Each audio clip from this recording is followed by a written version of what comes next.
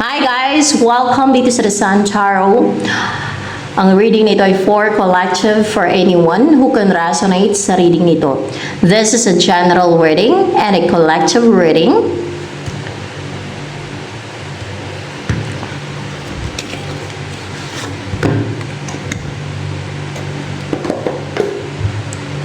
Jesus Christ, my living hope.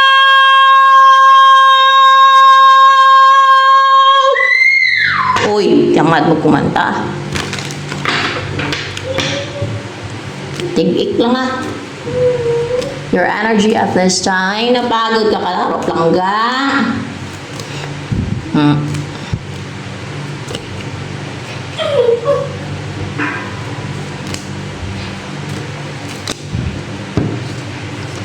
Jesus Christ, my living hope. Five of Pentacles and Justice in reverse. Nakaka-experience ka ng injustice, unfairness. Kaya you feel unbalanced. Pero there's a new beginning in your life. Nahirapan ka, parang na-left out in the cold, nagdurusa, ganun. Yung experience mo ngayon. Kulang ka sa braveness o sa pagka matapang ngayon. Kasi parang may pinagdadaanan ka ngayon. Parang nag-grief ka pati, parang nagdurusa ka. Bakit? Dahil na-left out in the cold ka or feeling na abandoned, ganon.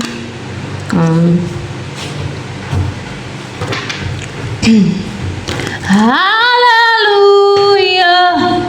Praise the Lord to set me free! Hallelujah!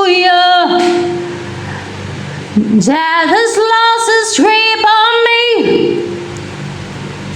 You are broken every chain. There's salvation in your name, Jesus Christ, my living hope.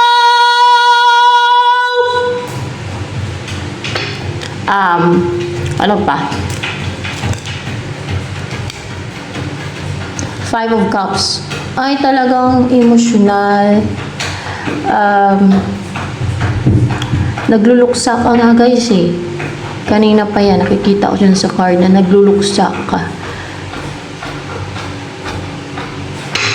Pero, what's with the death card in reverse here for more clarification?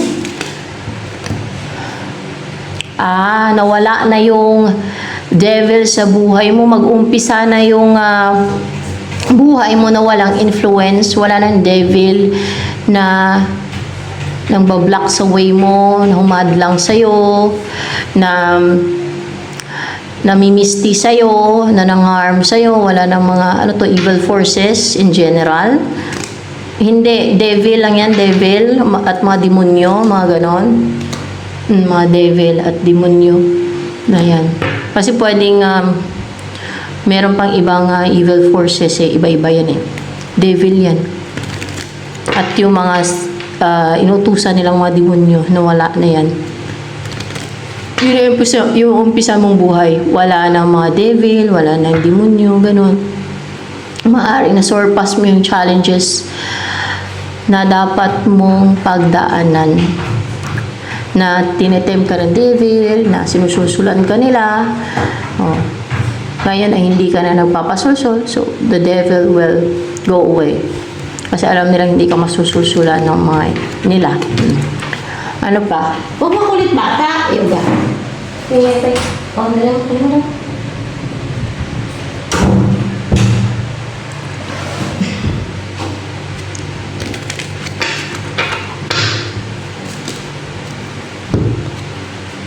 The Fool and Ace of Wands.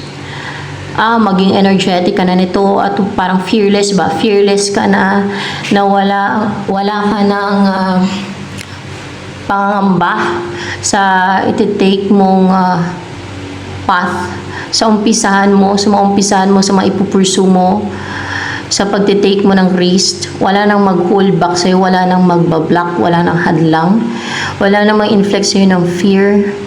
Magiging passionate ka na din, wala nang mag-drain ng energy mo at vitality mo kasi wala na yung devil at mga demonyo daw. Ayan.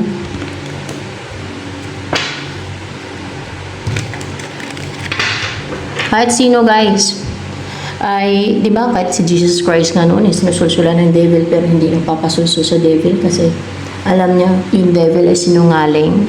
Talagang imi-mislead ka ng devil pag nagpasulsul ka. Pag immature pa yung tao ay madaling masulsulan, syempre. Pag immature pa. Pero pag mature na mag-isip at aware na it's the devil's lie, then hindi na yan magpapasulsul, di ba? So, ano pa ang energy mo ngayon?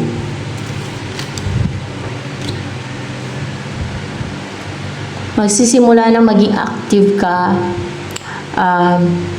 energetic, and passionate sa mga gagawin mo at hindi na magkakaroon pa ng doubt sa pagtitake na ng risk at pag-pursue mo ng new path, your goals, mga ganun ba? Six of Swords. Meron kang lalayuan pa lang?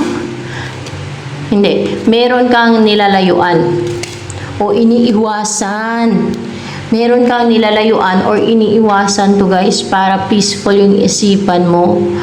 Ayaw mo siyang pansinin, ayaw mo siyang isipin, o ayaw mong bigyan ng pansin. Ano, mga ganon. Kasi makadisturb lang ng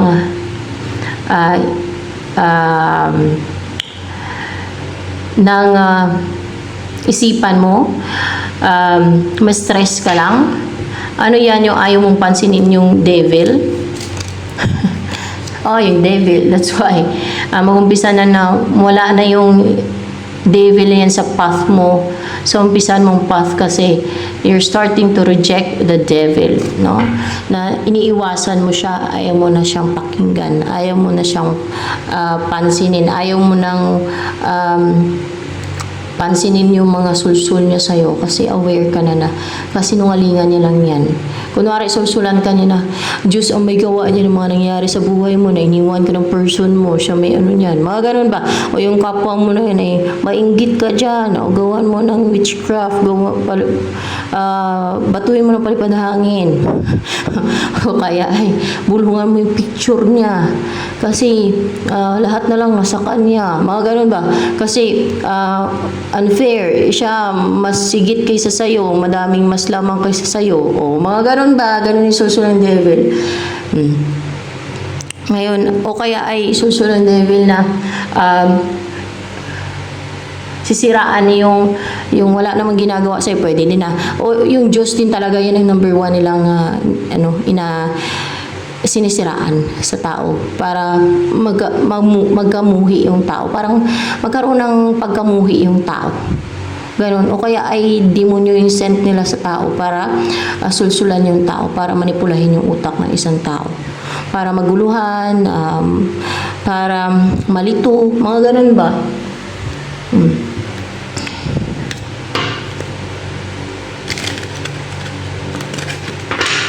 So, ano pa? Darating sa'yo. Anong darating sa'yo? Eight of Swords. Person ba itong darating sa'yo na nag-embody ng Eight of Swords?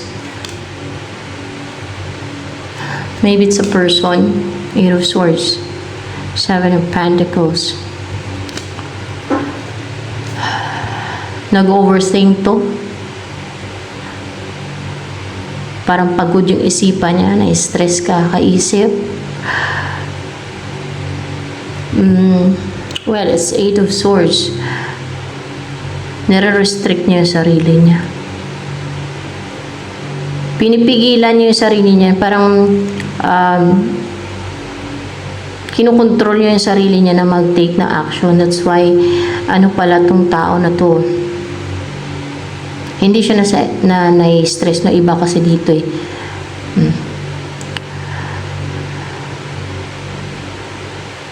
Eight of Swords, restriction and hurdles. Parang nahirapan ba na nagpipigil yan siya, nagpipigil. Nag-aantay.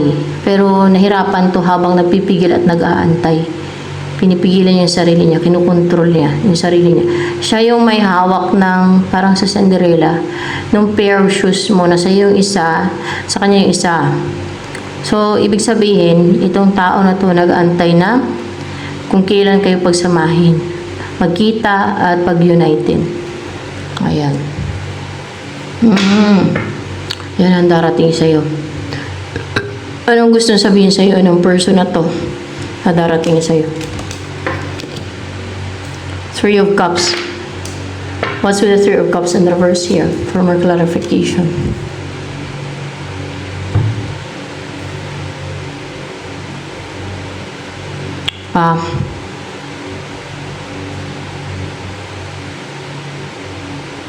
Kailangan mo nang mawala yung third party. O nawala na ba yung third party?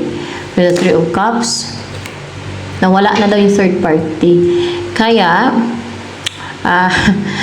makapag-offer na daw siya ng a cup of love or mapursu ka na niya, as in mapursu ka na niya, o mapursu ka na daw niya kasi wala na yung third party, at makapag-invest na siya sa'yo kasi wala na yung third party. Ano ba yung third party? Deceiver. Deceiver yung third party, guys. Deceiver. It's a sign na nasa side ng kadiliman ba yung third party? Kasi deceiver eh. Oo. Yun ang mga sign na nasa side ng kadiliman.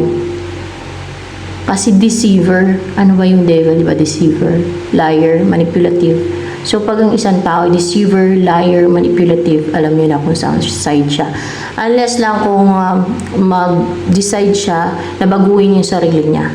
Na maging honest na siya, maging totoong tao, wag na mag-deceive, at wag na manipulate, yung maging totoo na siya sa mga sinasabi niya. Wag na siya maging liar o sinungaling, di ba? They can change if they want. Kung gusto nilang nasa side sila ng light, di ba? They can change themselves. Ayan. Pero pag pinagpatuloy nila yung pagiging deceiver, ay matapon sila sa, alam niyo na, sa impyerno. Alangan, saan sa langit.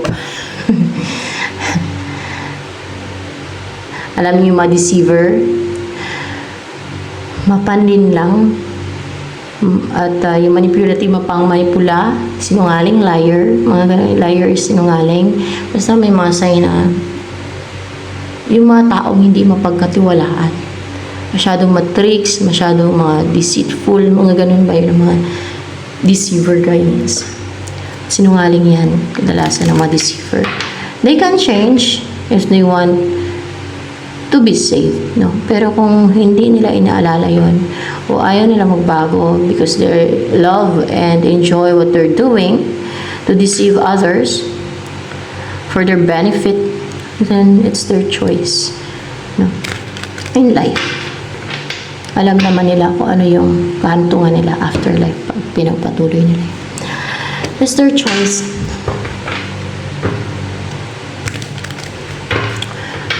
Ano ang ini-embody mong energy ngayon?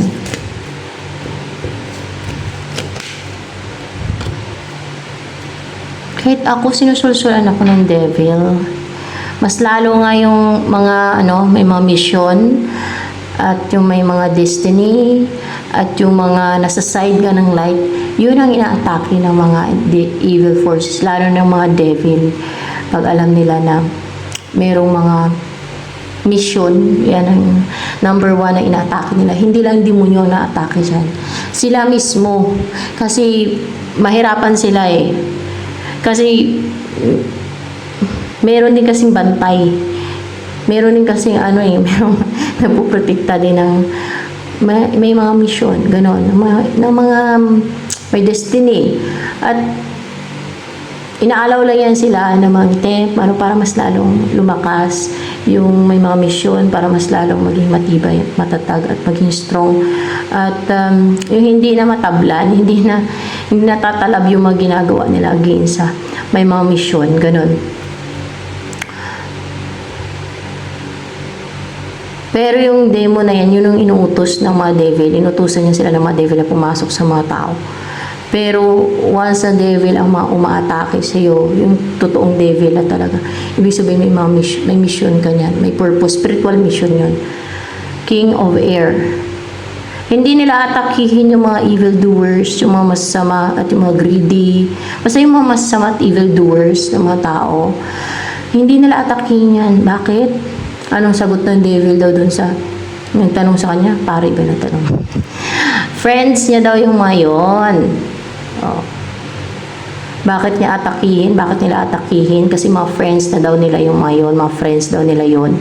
At sa kanila daw mapupunta yung kaluluwa nila. So, hayaan na lang daw nilang mag-enjoy at magasik ng lagim. Oh. See? King of Air. Yan ang hindi matanggap ng mga clouded ang isipan. Yun ang katotohanan.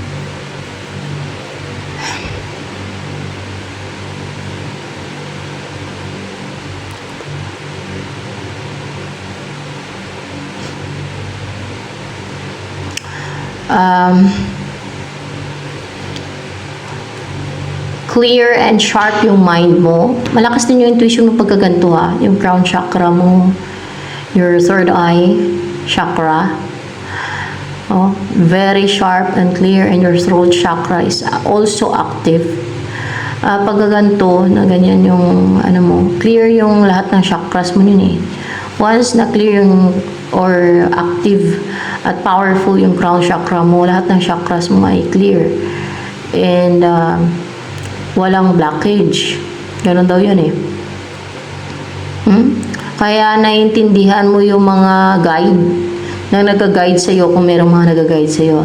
Yung mga sinesend na messages ng spirits ay direct mong nilalabas sa bunganga mo. You can do that. Yan. Spirits or angels. Ganon din sa vision mo. Clear din yung vision mo. Ganon din yung clear audience abilities. Clear din pagka ganyan. Oo, clear din yung clear audience abilities mo pagka ganyan. Alam niyo guys, madalang ang may mga ganong kakayanan. Yung may mga psychic abilities. Hindi lahat ay may ganyan.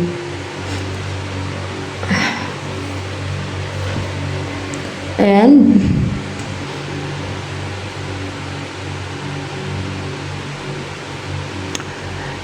you are righteous.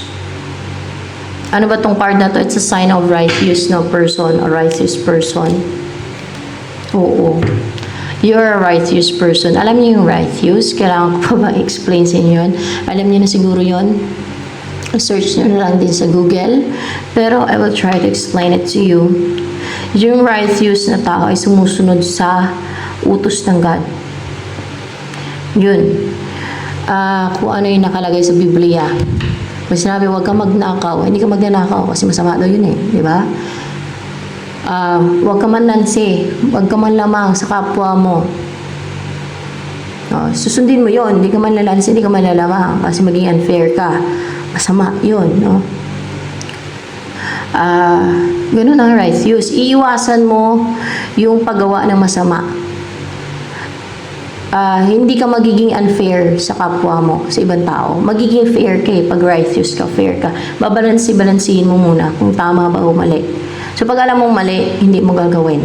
Ganun ang righteous.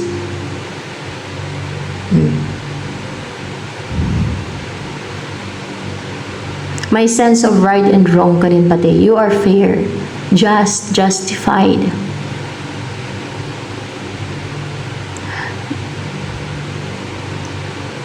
It's clear for you what is right from wrong.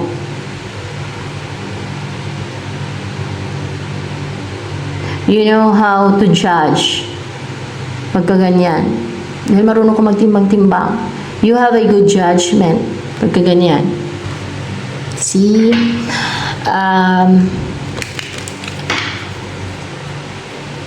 Angels, may pinapasabi ba kayo? Angel ba dito ang nag-guide ngayon? Oh, angel daw. May pinapasabi ba kayo, angels? Sa nire-readingan? Meron ba? Meron daw.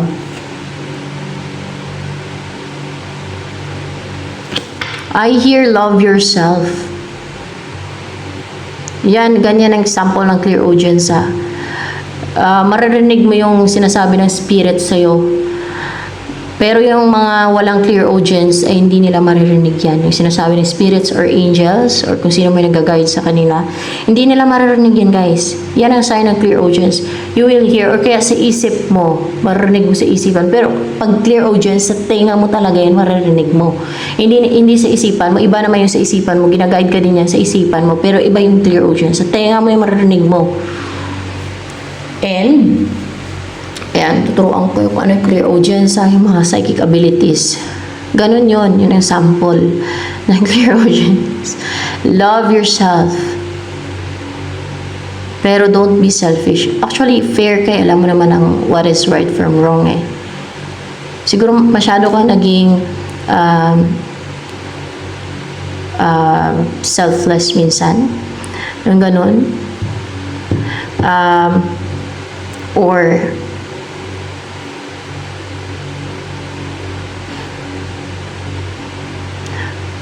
masyado mong pina-priority yung mga taong mahal mo o lalo yung karelasyon mo o kaya yung ibang tao na kahit abusive ay lalo na yung nakarelasyon mo kahit na abusive, yung tinaken for granted ka, minamahal mo pa rin, mga ganun ba?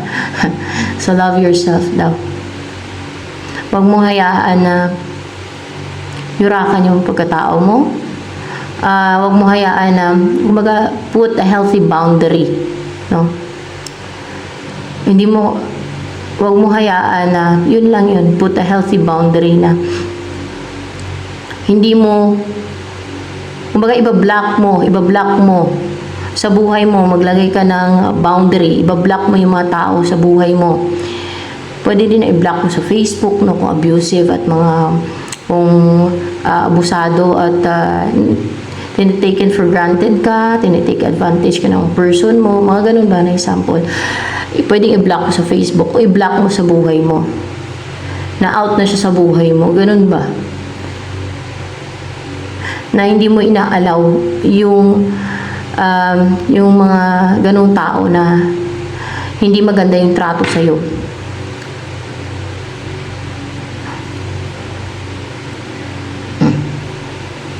And ano pa, angels, ang message mo sa nare-readingan? Choose harmony. So, hindi mo kailangan makipag-away. Choose harmony daw.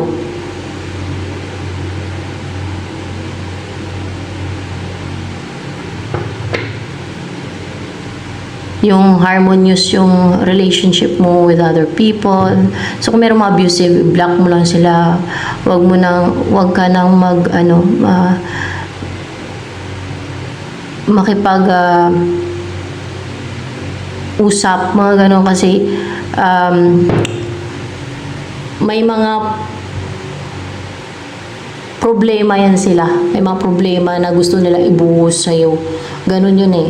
May mga frustration sila sa buhay nila na gusto nila ibuhos sa'yo.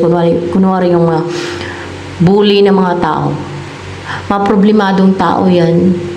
Or they find enjoyment. They find happiness. And excitement also sa pambubuli ng iba. And they are foolish na klase ng mga tao. Yung tungtuwa sa pambubuli sa iba. Yan yung mga sign ng foolish na mga tao. Minsan driven sila ng frustrations. Minsan inggit. Minsan ay maaaring may demonyo na nakasanib sa kanila. Minsan ay, o evil spirit, no? Minsan ay, dahil na insecure, kaya nang bubuli, o nang atake, mga ganon. Minsan ay sinusulsulan ng devil yung mga yan, kaya nang bubuli. So, i-block na lang, para ma-out na sila sa buhay mo. Hindi mo na kailangang debate pa, makipag-away, gano'n. Hindi na kailangang angels.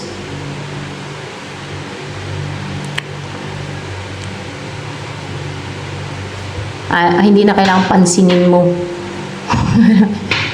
Ano yun, pag pinansin nila na magpapansin talaga, stay away from them daw.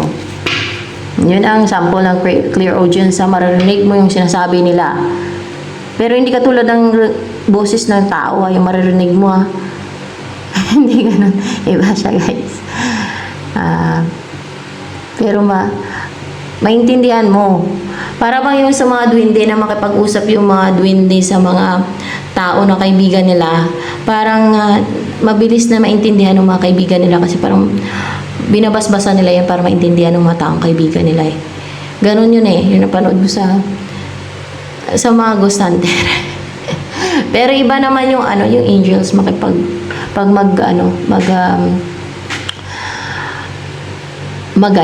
no? Pag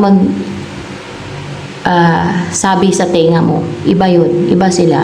Iba yung hindi talaga yung nagsasalita na na katulad ng tao Hindi ganun Hindi ganun.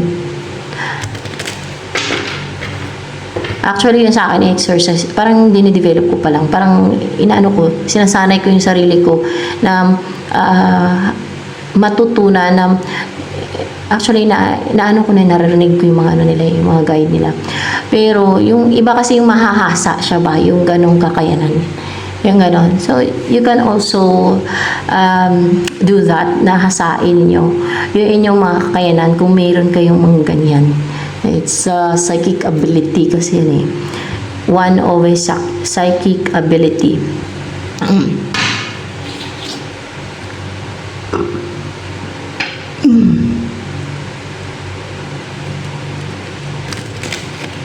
Continue to be fair and balanced. And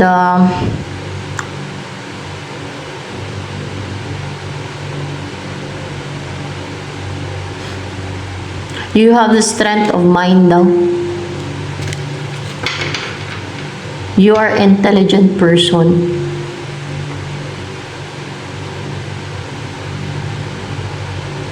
Intellectual.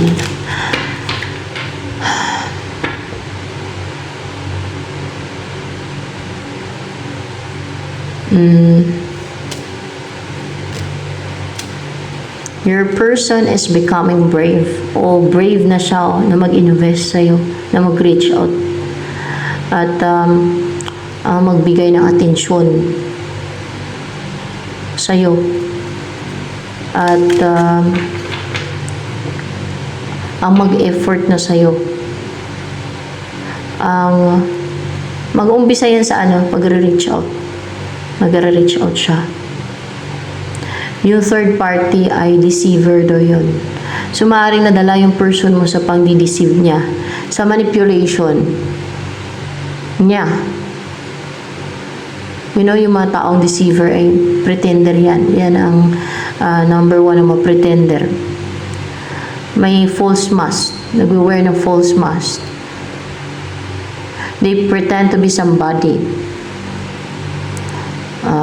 They can also pretend to be you. Pwede ka nilang gaya-gayahin. walang originality.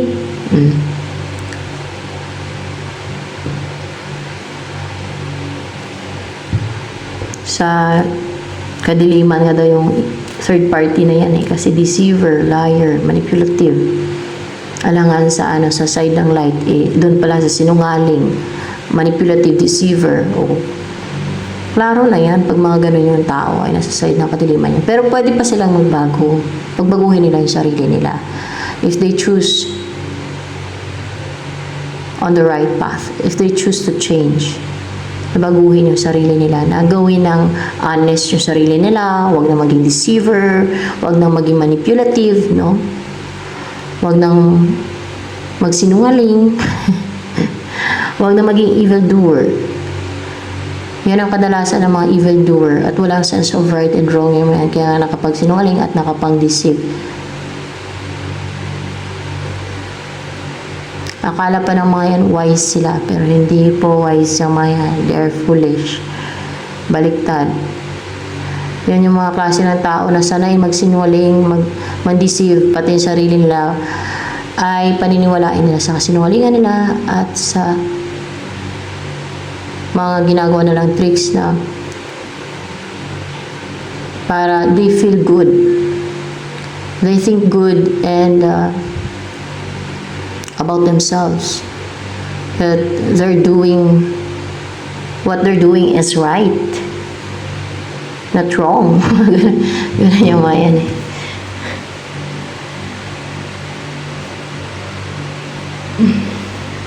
So, ano pa? Ang energy mo ngayon.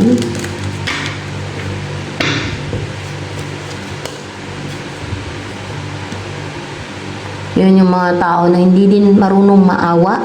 Walang empathy yan sila sa mga dinideceive nila. Tuwang-tuwa yan sila pag naniwala sa mga deceit nila at sa kasinungalingan nila at manipulation yung mga biktima nila at yung ibang tao na mga naluloko nila na mga naniniwala sa mga tricks at scheme nila at mga lies, manipulation. Tingin nila ang talino-talino nila, ang tatalino nila, napakatalino nila. Pero hindi po eh. Hindi doon nabibase ang talino ng isang tao. Iba yung talino sa actually yung mga highly intelligent o yung mga gifted, yan ang pinakamataas yung IQ, yan ang pinakamatalino. At yung mga gifted na yan, hindi yan, kadalasan ng mga gifted, hindi deceitful. Hindi mga deceiver. Mga honest pa yan. Para pang inosente yung mga gifted eh. And they're very honest. They're honest people. Kasi they know what is right from wrong. Yun po. Yung mga deceiver at mga deceitful, hindi yan sila gifted. Kasi yung mga gifted, parang mga ano yan sila guys, they're very honest. Based sa pagkaalam ko, they're not liars, they're not manipulative yung mga gifted. Inosente pa nga yung mga yan eh.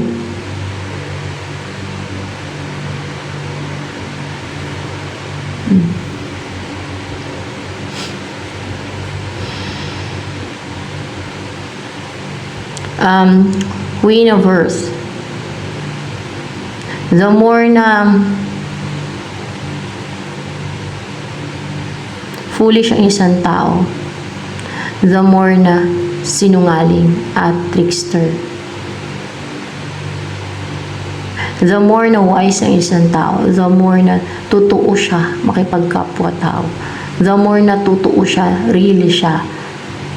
The more na pure and good yung intentions niya sa kapwa niya. Kasi yung wise na tao, alam niya yung tama sa mali. Hindi niya susundin yung mali. Pagtimbang-timbangin niya yun. Na alam niyang mali yan. Makakasama, mali, masama. So, hindi niya yung pipiliin. Doon siya sa tamang pa.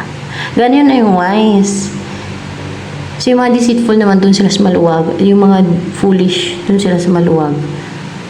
Na malaya silang mang-deceive, gumawa ng harm, at kinaka-enjoy, or kinakatuwa talaga nila yan, yung pang-harm at pang-deceive, panlilinlang at pagsinungaling at pang-mamanipula sa iba. At yung mga evil doings, tungtuwa sila. Kasi nga foolish eh. Pero, Kung foolish, pwede pa maging wise yan, no? If they choose to be, na maging wise na baguhin ang sarili nila, na maging good person, and then they will develop that personality na wise, no? Na parang pag-aralan nila on how to be wise, on how to be a wise person and a good person as well. Queen of Earth. You're stable, intelligent talaga, intelligent, and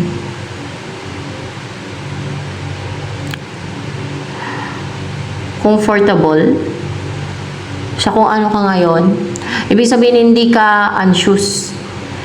Hindi mo na iniisip yung komento ng iba. You feel comfortable and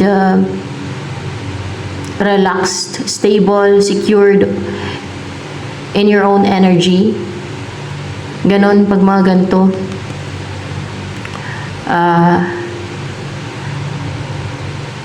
You feel healthy, healed with the color green, or hinihil ka ngayon kasi surrounded by green colors to.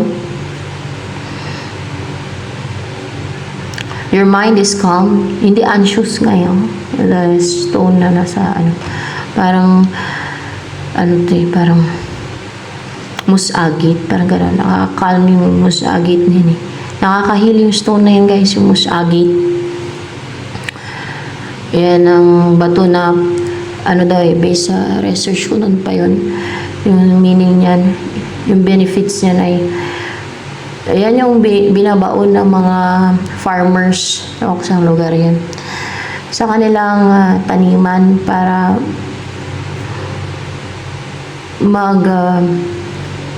maging productive yung kanilang matanim, para mag-produce ng maraming bunga, maraming ani, masaganang ani.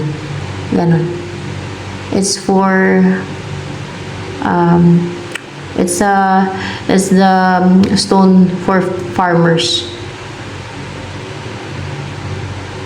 Yan ang meaning niyan.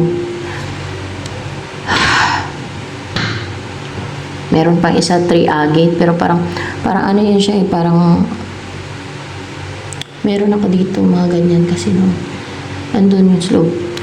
Para siyang puti at green, parang kung nakita niyo mo sa agate, search niyo. At yung 3 agate. Yung 3 agate naman ay clear yung pagkaputi nun, tsaka yung green. Parang puno sa loob ng stone. Parang may puno ba? Kaya 3 agate ang tawag. Yung moose agate na parang may moose. Alam mo yung moose? Moose sa loob ng stone na yan. Clear na stone na parang may moose sa loob. Pwedeng green, pwedeng red, o iba-iba yung color. Merong yellow din. Yung color ng moose agate sa loob niyan. Yung stone yan. It's really a beautiful stone. Pero mura lang yan. Hindi naman yung mahal.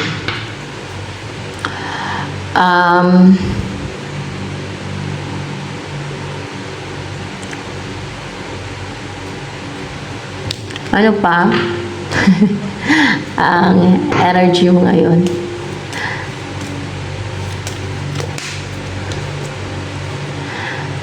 Naka-recover ka na sa heartbreak, or kung nasasaktan yung puso mo lately or in the past, hindi na nasasaktan ngayon. Na-heal na. Nag-recover na.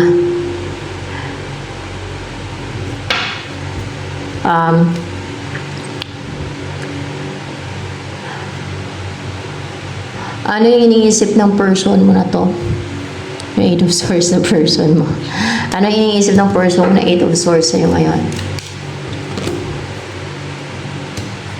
9 of Wands. What's with the 9 of Wands? Na dipinsahan ka? Hindi. Na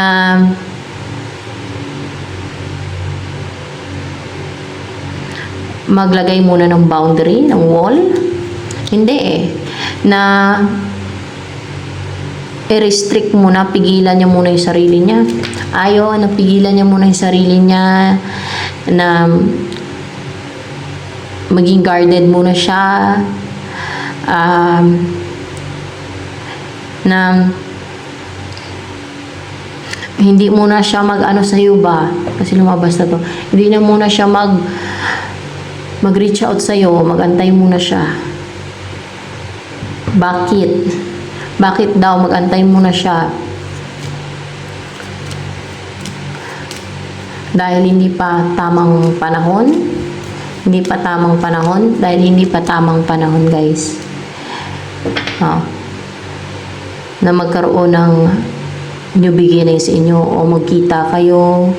Hindi pa tamang panahon para mabuo kayo. Dahil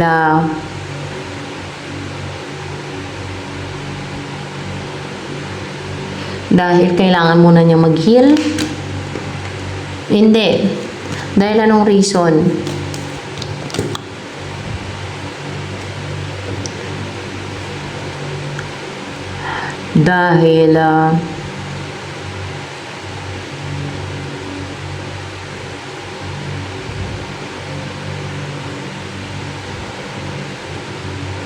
Dahil hindi pa merong isa sa inyo na hindi pa binubuksan yung boundary na nilagay niya between the two of you. Sino yun? Ikaw? Ikaw yun na umiiwas o naghihil pa o ayaw mo pa din siyang kausapin o naghihil ka pa. Gusto mo pa na mag-heal at yung maging peaceful yung isipan mo o ang mag-heal ang lubusan muna. Ganon. Ikaw daw yan. At so, ibig sabihin, your person respects your boundary. Pero nasa kanya yung, kung sa Cinderella pa, nasa kanya ang isa mong shoes. Nag-aantay lang siya kung kailan yung tamang panahon na mag-umpisa kayong dalawa. And then, mag-reach out siya. Pero ano na siya, mukhang ready na din siya. Ready na din siya na mag-reach out sa'yo. Dahil wala na sila ng third party. Bakit may divine timing ba sa inyong dalawa? That's why may divine timing sa inyong dalawa.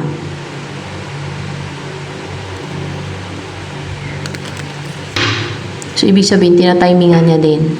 Kasi kung mamadaliin niya, ay baka hindi mag-work.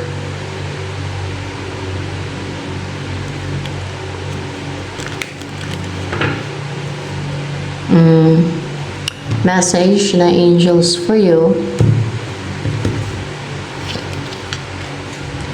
Don't give up daw. Narinig ko, don't give up.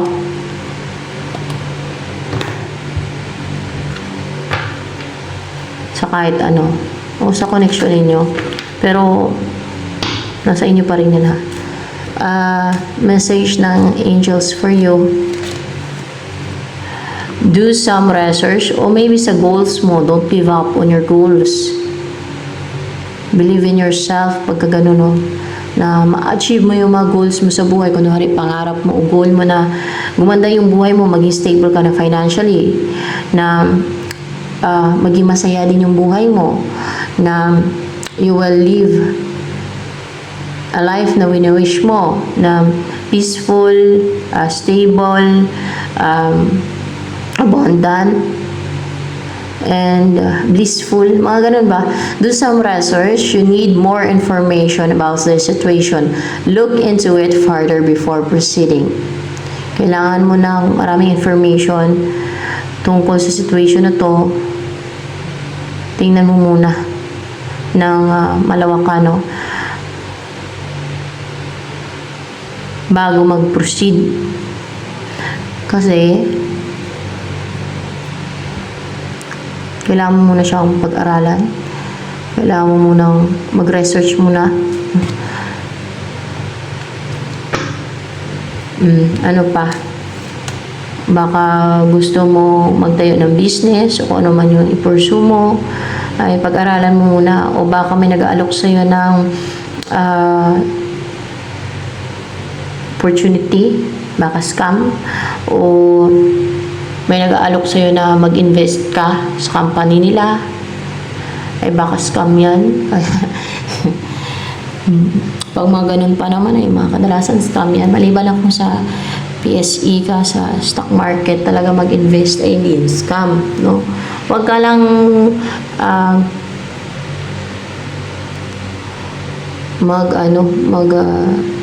tiwala basta-basta kasi madami yung mapaninlang at mga deceiver, lalo sa panahon ngayon at nasa end of times na to. At sabi ni Jesus Christ, 2024, siguro mga huling buwan ng 2024, mga ganon. Basta 2024 pa daw, hindi ko lang alam, hindi ko lang ma-sure kung anong buwan.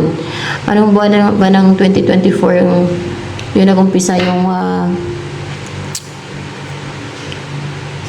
end of the world, inumpisa na. Ay, wala pa. September ba talaga? September daw nag-umpisa. September. Ewan ko kung anong araw. Kung anong date ng September kasi sinabi na yung Jesus Christ. Nung nag-guide dito sa Kaya kung na-notice nyo, di ba, mayroon ng mga nangyari na nakasaad sa Biblia at mayroon ng mga false prophets. Yan. At madaming false prophets na ngayon Kasi nasa end of times na pati at nag-umpisa na din yung end of the world nung September pa daw. Pero ewan ko kung anong buwan ng September. Noong 2024 Yun. Kaya pag tungtong na ang January, sinunog na yung yung California. Sana matigil na. Mukhang galit talaga yung God sa kanila.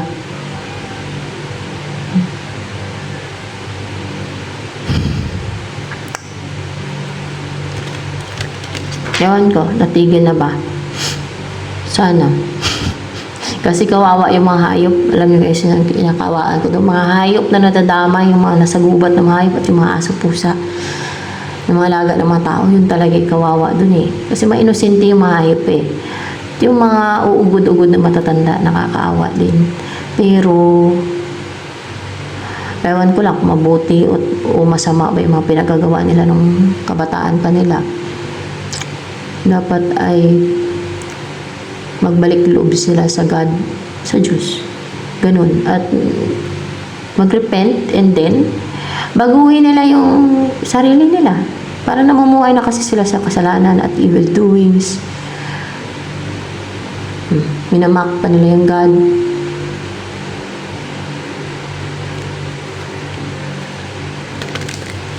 Nung buhay pa lang sila, sinusunog na sila.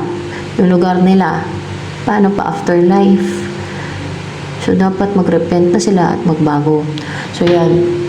At huwag nang balikan yung mga masamang ginagawa nila. Ang buhay dito sa mundo, saglit lang. Dumadaan lang ang tao dito. So, ipagpapalit yung mga desires, yung mga kafulisyan na nai-enjoy ng karamihan. Kaysa sa you must save yung kaluluwa, yung soul eternally. In eternal life.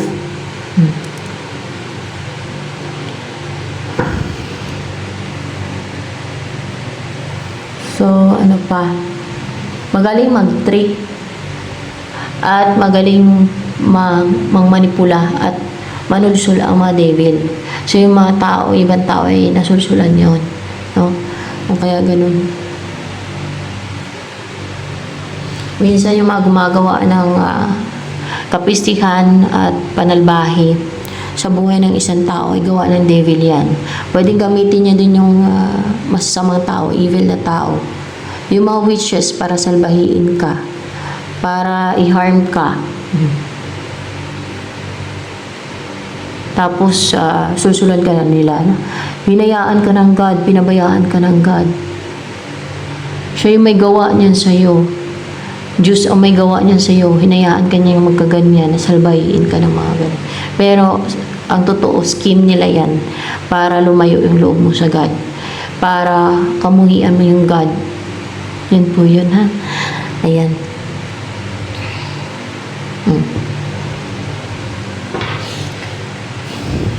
Para kamuhian mo yung Diyos. Pero it's their schemes. It's their tactics. It's their tricks. It's their lies and manipulations to get the souls, more souls, a lot of souls, many souls of humans na idump dun sa hell. Ayan.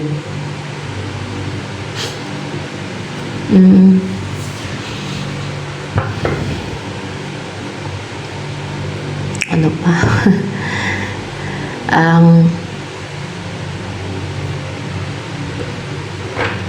Sana ba yung isa?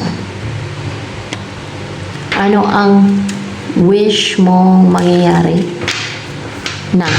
Yung mangyayari na. 7 of Cups. Yung magkaroon ka ng mga shooters. Yung may mga mag-o-offer sa'yo ng cup of love. Na madami kang pagpipilian. Na may mga magkakagusto sa'yo, na ipupurso ka nila, karoon ka ng mga choices, ikaw pipili ka sa kanila, mga ganun ba? Or may mga opportunities na darating sa'yo, lalo sa love life. Ayan. Ano pa? Ang wish mong magagrant soon.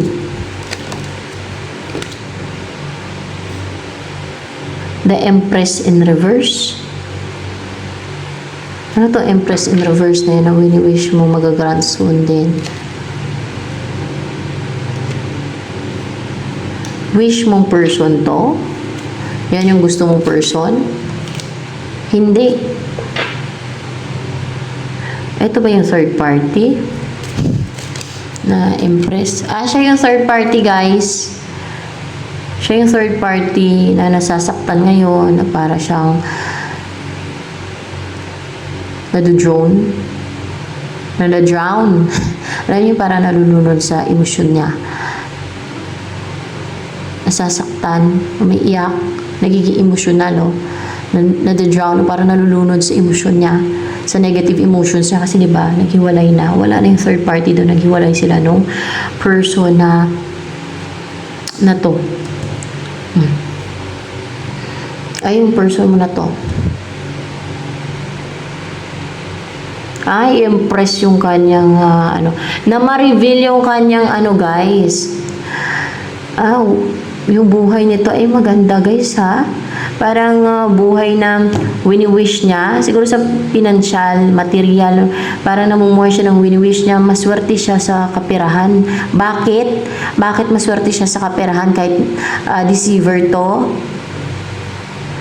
Kahit na sa evil forces ito? Kasi nga, yung third party, kasi friends na nga daw ng mga devil yan eh. Friends yan sila ng devil eh. Yun ang sabi ng devil. Ba't ko naman atakihin yung mga friends ko? Sabing ganun ng devil. Kwento ng pare yan sa YouTube. Yun ang sagot ng devil sa nagtanong sa devil kung bakit hindi inatake yung mga evil na mga tao, evil doers at masasamang tao. Sabi ng devil, bakit ko naman naatakin? O sample lang siguro nila yon. Bakit ko naman atakihin yung mga friends ko? Sa akin na din naman mapupunta yung kaluluwa ng mga yan. Sabi see, yung inaatake nila, yung mga may mission sa side ng light.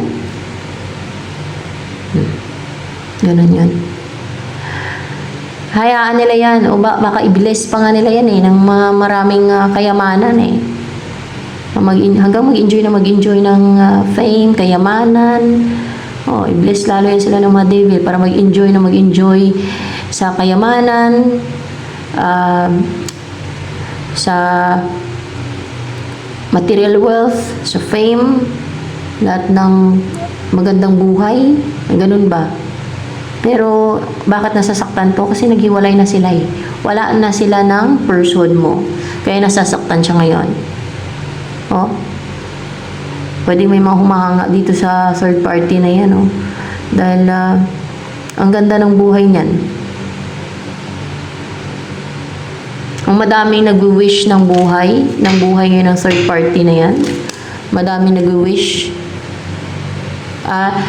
Madaming nag-wish na maging ganyan din ang buhay nila. Katulad ng buhay ng third party na yan. Ganon. Wala namang nag-wish. May mga humahanga ba dyan sa third party na yan? May mga humahanga. Kasi parang, siya maganda yung buhay niya. Merong mga humahanga dyan. Merong mga humahanga dyan. Yun ang ibig sabihin yan. May mga humahanga dyan, guys, sa third party na yan. Pero, yung ma-reveal yung pagiging fake niya, yun ang natupad sa wish mo na ma-reveal yung pagiging deceiver niya. Na fake siya, hindi siya totoo. Na fake siya, na peke siya. Na nagpe-pretend lang siya, nagkukunwari. Ewan ko kung anong nagkukunwari ng na hindi siya the one for your person. Hindi ganon. Na hindi siya totoo, hindi siya nagpapakatotoo, na fake siya, peke siya. Pati yung mga pinapakita niya, peke, hindi totoo. Nagkukunwari lang, nag-wear ng false mask. Mga ganun yun yung fake empress, guys. Pero may mga humahanga daw dyan. O madaming humahanga sa third party. Madami ba humahanga sa third party na yan? O kasi mayaman siya eh. Mayaman. Parang lahat na nasa kanya, kumpleto yung buhay niya. Mayaman, o basta mayaman siya, o hindi man kumpleto yung buhay niya dahil wala siyang person ngayon, ay mayaman siya, mayaman yung buhay niya. Madaming humahanga sa kanya. Ganyan dito sa mundong to, pag mayaman ka, pag madami yung pera mo, pag napakayaman mo, madaming magpe-praise at hahanga sa'yo kasi yung pera ay parang Diyos ng mga taong ewan. Ganon dito sa mundong to. Ganon talaga dito sa mundong to. At yung tao ay nabubulag ng pera.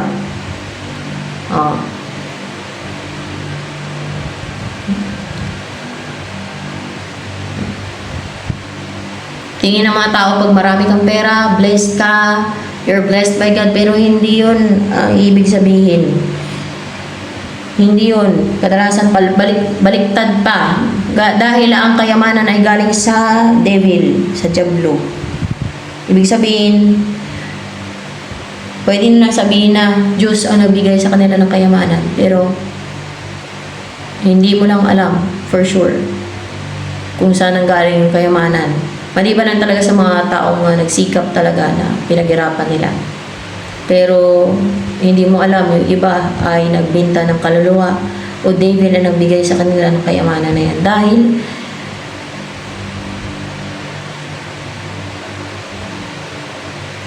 para mag-asik ng lagim o para mag-enjoy sa mga material na bagay. Para hindi nila namamalayan, yung kaluluwa pala nila ay mapupunta sa devil. Yung ganun ba? Yun po yun. So, eto na lamang guys for collective reading. Sa mga baguhan po dito sa aking channel, please subscribe at huwag po ninyong kalimutang i-click ang bell button nang sa ganun ay ma-notify kayo sa mga susunod na videos na upload ko at pag-like naman po at pag-comment na din sa ating comment section box, lalo na sa mga nakaresonate sa reading na ito.